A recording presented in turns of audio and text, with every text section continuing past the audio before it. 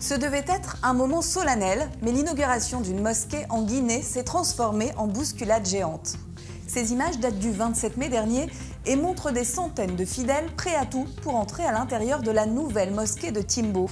La situation a tourné à l'émeute, à l'arrivée des officiels, comme nous l'explique notre observateur, le journaliste Mouktar Bari Mamadou. Il y a les forces de sécurité qui ont ouvert une petite porte pour laisser les autorités rentrer.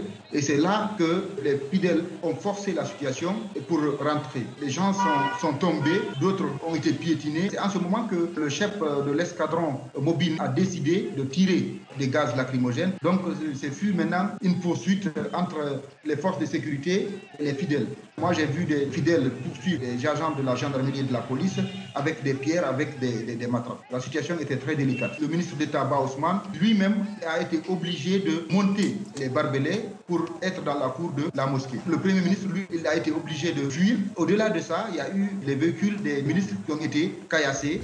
Plusieurs dizaines de personnes ont été blessées dans ces heurts sur fond de rivalité politique. D'après notre observateur, la mosquée de Timbo suscite beaucoup de convoitises de la part des autorités car elle est située dans un bastion du principal parti d'opposition.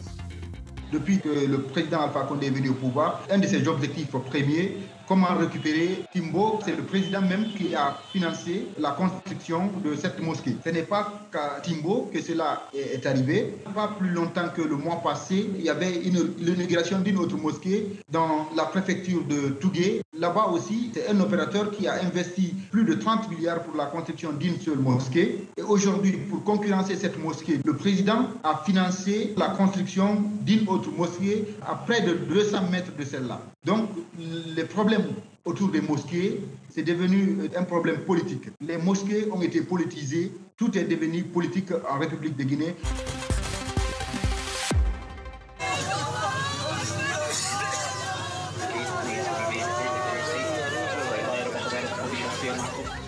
Le 19 mai dernier, le vol égyptaire entre Paris et Le Caire s'est écrasé en mer Méditerranée avec 66 personnes à bord.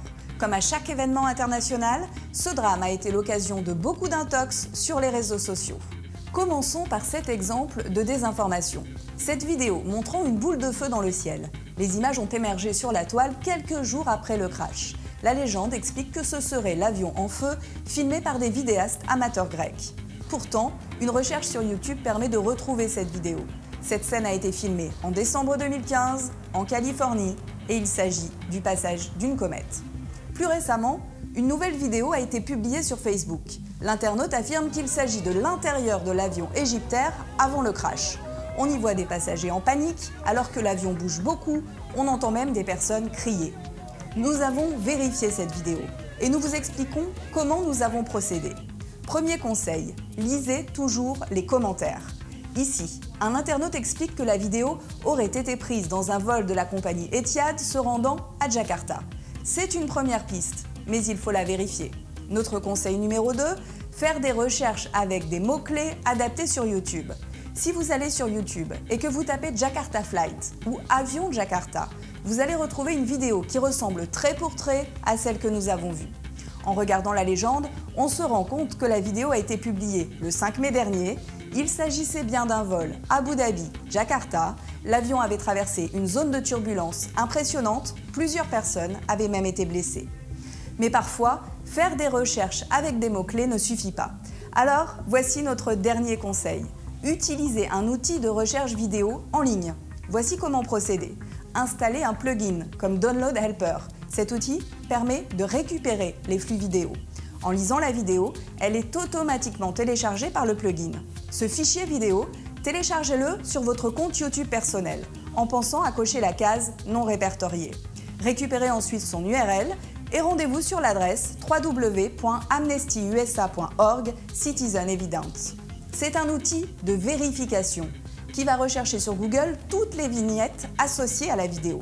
Il faut entrer votre URL et cliquer sur Reverse Image Search. Et on se rend bien compte qu'il s'agit d'une vidéo prise lors d'un vol entre Abu Dhabi et Jakarta. Rien à voir donc avec le vol égyptaire. N'hésitez pas vous aussi à utiliser ces méthodes lorsque vous avez un doute sur une vidéo qui circule sur Internet. Et si vous avez un doute, pensez aussi à contacter notre équipe. Nous sommes joignables sur WhatsApp, Facebook, Twitter ou tout simplement par mail.